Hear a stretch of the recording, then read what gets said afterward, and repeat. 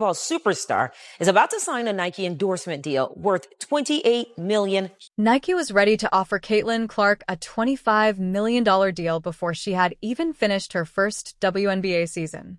The contract was prepared, the lawyers were present, the executives had their pens ready, and everything was planned for a perfect signing event. The idea was simple. Sign the contract, pose for the cameras, hold up the jersey, say a few polite words, and head home. But Caitlin surprised everyone. Instead of following the expected plan, she turned and faced Sophie Cunningham. The entire room suddenly went quiet. The cheers stopped, the cameras paused, and the excitement faded because what happened next was not a business announcement or a new shoe launch. It became a moment that no one in the room had expected. It was more than a statement. By the end of that night, it had changed the conversation around women's basketball across the country. So stay with me, because this is the story of a rookie who used a $25 million opportunity to do something never seen before in professional sports. Every part of this story matters. But before we get to what happened at the Nike event, it's important to understand something many casual basketball fans don't realize. For decades, the WNBA struggled financially, and the situation was difficult for many players. This is not an exaggeration. Many veterans who spent 10, 12, or even 15 years playing professional basketball earned salaries that were barely enough to cover basic living expenses in the cities where they played. For many years, the average WNBA salary remained in the mid-five-figure range, making it hard for players to build financial security despite their long careers.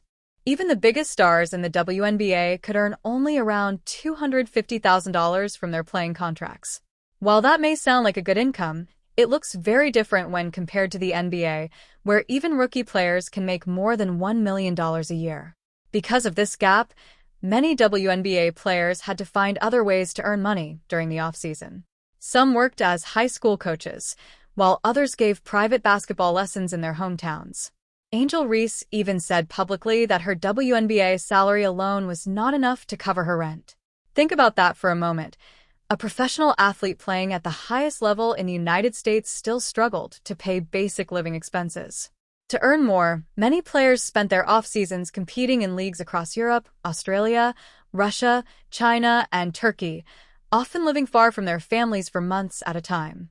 Back in the United States, endorsement opportunities were limited and major sneaker deals were extremely rare. Take a moment to think about that.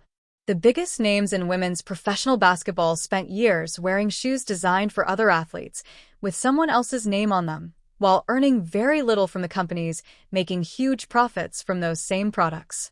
If you're enjoying this video, please like it and subscribe to the channel. More than 83% of our viewers still haven't subscribed, and it only takes a second, but your support really helps us grow. Thank you so much. Now back to the story. For many years, only a handful of WNBA players received their own signature shoes. Sheryl Swoopes became the first in 1995, followed by Elena Del Don, Maya Moore, and Candace Parker. Then, in 2023, Sabrina Ionescu joined that exclusive group with her own signature sneaker. That was almost the complete list. Since the WNBA began in 1997, only a few players had ever received their own signature sneaker. That was the reality of women's professional basketball in America when Caitlin Clark entered the league as a rookie in the spring of 2024. Almost immediately, she changed everything. Early reports valued her Nike deal at around $28 million over 8 years, while the most widely reported figure was about $25 million. Either way, it easily became the biggest shoe endorsement deal in WNBA history, far ahead of every previous record. Sabrina Ionescu's reported 7-figure Nike agreement had been considered the league's largest, but Caitlin's contract was on a completely different level. The size of the deal even caught the attention of experienced NBA players who were surprised that a WNBA rookie could secure such a massive endorsement. In a very short time, Caitlin Clark went from being a college superstar to the most marketable rookie in women's basketball history, becoming much more than just the face of the Indiana Fever. Caitlin Clark quickly became more than just a star player. She represented the business future of the WNBA and, in many ways, the future of women's sports in the United States. Nike did not offer her a massive contract out of generosity. It was a smart business decision based on the impact she was already making. They didn't sign her only because she broke college basketball scoring records or could make shots from well beyond the three-point line. They signed her because every arena she visited sold out weeks before game day. TV ratings often doubled or even tripled when she played, and merchandise with her name and numbers sold out faster than it could be restocked. Most importantly, she brought millions of new fans to the sport, especially young women and girls who had never watched a WNBA game before. That impact was clear when about 2.45 million people watched the 2024 WNBA draft, where the Indiana Fever selected Caitlin Clark with a first overall pick. Before Caitlin Clark had played a single minute in the WNBA, she had already changed the league. The previous WNBA draft viewership record was about 600,000, but the 2024 draft, where she was selected first overall by the Indiana Fever, attracted around 2.45 million viewers. That is why her Nike deal made perfect business sense. The company was not simply investing in a talented player, it was investing in someone who could transform the future of women's sports and sports marketing. Looking back, that decision proved to be the right one. For most athletes, signing a contract like that is the ultimate career achievement. They sign the deal, begin the media tour, become the face of major advertising campaigns, and enjoy the success that follows. No one would have criticized Caitlin if she had done exactly that. She was still a rookie, still learning the league, and still dealing with the tough physical play she faced almost every game, so no one expected anything more from her. Most athletes would have signed the contract, celebrated the moment, and moved on, but Caitlin Clark chose a different path. That is what makes the story stand out. Instead of keeping the spotlight on herself during the biggest business moment of her career, she decided to include someone else in a meaningful way. It was more than a simple thank you or a few kind words. She had prepared a real plan that involved her new Nike contract and a custom-made pair of shoes. Nobody expected it. The Nike executives, media members, and even her own teammates were surprised as everything unfolded.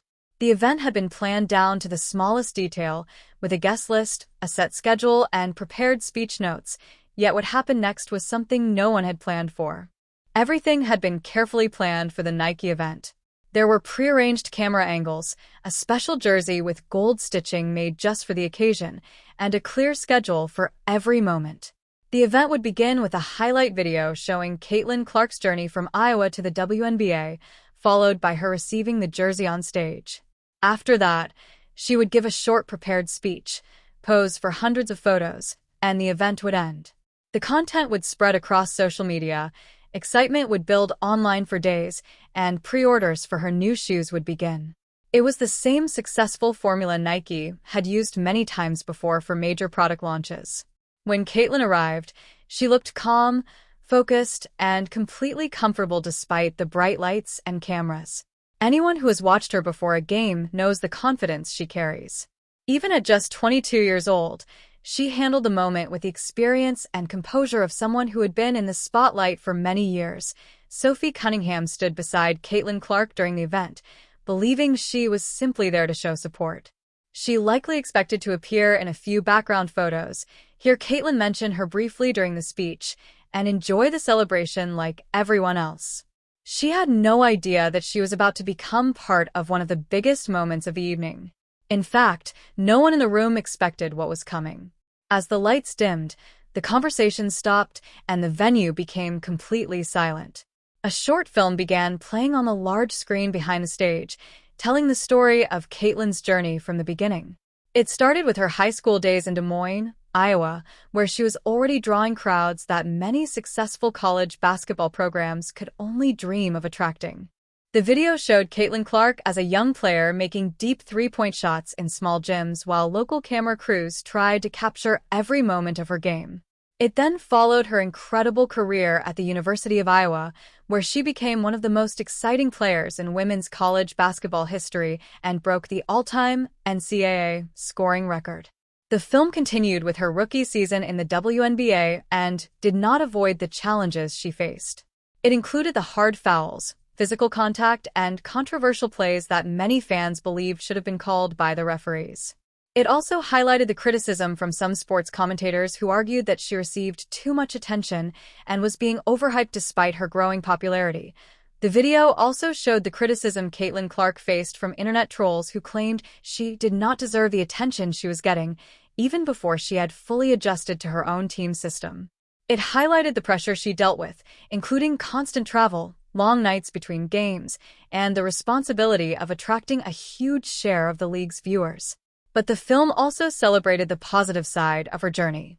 It captured the loud cheers after her game-winning shots, the sold-out arenas in cities that had never filled a WNBA venue before, and the young girls wearing her jersey while watching her with excitement and admiration. By the end, the message was clear. Caitlin Clark was not a temporary sensation or a passing trend. She had become a major force in women's basketball, and her impact on the league was real and lasting. The film made it clear that Caitlin Clark was not a short-term sensation but a player who had created a lasting impact on women's basketball in America. As the video ended, a Nike executive walked onto the stage carrying a special gold-stitched jersey. The audience leaned forward, phones were raised, and everyone expected the planned photo moment where Caitlin would hold up the jersey and smile for the cameras. She accepted the jersey and looked at it for a few seconds longer than anyone expected. Then, instead of facing the photographers, she turned towards Sophie Cunningham. In a calm but powerful voice, she said, "This isn't just for me. It's for every woman who shows up, competes with everything she has, and stands up for her team." The room fell completely silent. No one applauded because nobody expected those words, and it quickly became clear that Caitlin was not finished. Moments later, a sleek black display case was rolled onto the stage from behind the curtain, leaving everyone wondering what would happen next. The audience was still trying to figure out what is happening. Caitlin Clark reached into the display case and took out a custom shoebox. Instead of posing for photos or showing it to the cameras, she walked directly to Sophie Cunningham and placed it in her hands. Sophie smiled, likely thinking it was simply a thoughtful gift to celebrate the occasion or a special pair of team-colored shoes. Even that would have been a meaningful gesture. But when she opened the box, she found a pair of exclusive custom sneakers designed in Indiana Fever colors with the words, "Never give up," stitched onto them, a phrase closely connected to her career. As she looked more closely and ran her fingers over the detailed stitching, she discovered something unexpected beneath the tissue paper. It wasn't Caitlin's contract. It was a contract prepared for Sophie herself. According to the story, Caitlin Clark believes Sophie Cunningham played a major role in protecting and supporting her during her rookie season. From her very first WNBA game, Caitlin became one of the league's biggest targets because of her talent, popularity, and the attention she brought to the sport. The story claims she faced constant physical play, including hard fouls, extra contact, elbows, hand checks, and screens that many fans believed went beyond what the rules allowed. It also references the widely discussed foul by Chindi Carter and other incidents that sparked debate about the way Caitlin was officiated throughout the season. During those moments, Sophie Cunningham was presented as the teammate who always stepped in. Rather than chasing personal attention or endorsement opportunities, she focused on doing the tough work that rarely appears on the stat sheet. The story describes her as someone who stood up for her teammates, accepted the physical battles, and made it clear that anyone trying to intimidate or target Caitlin would have to deal with her first, earning a reputation as the team's protector and enforcer. According to the story, whenever a hard foul went uncalled or tensions rose during a game, Sophie Cunningham stepped in to support and protect Caitlin Clark. It also describes a late-season incident in which Sophie committed a hard foul of her own while defending Caitlin during what she believed was excessive physical play. After the game, she did not apologize and said publicly that she would make the same decision again, making it clear she stood by her teammate. The story says Sophie was never doing it for media attention, endorsements, or personal recognition. Instead, it presents her as a naturally competitive player who had always been known for standing up for her teammates, dating back to her college career at Missouri and her time with the Phoenix Mercury before joining the Indiana Fever. It also suggests that Caitlin noticed every one of those moments, even if she rarely spoke about them publicly during the season.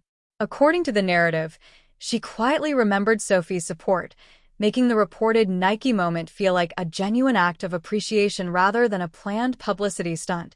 According to the story, Caitlin Clark wanted Sophie Cunningham to know that her efforts had not gone unnoticed.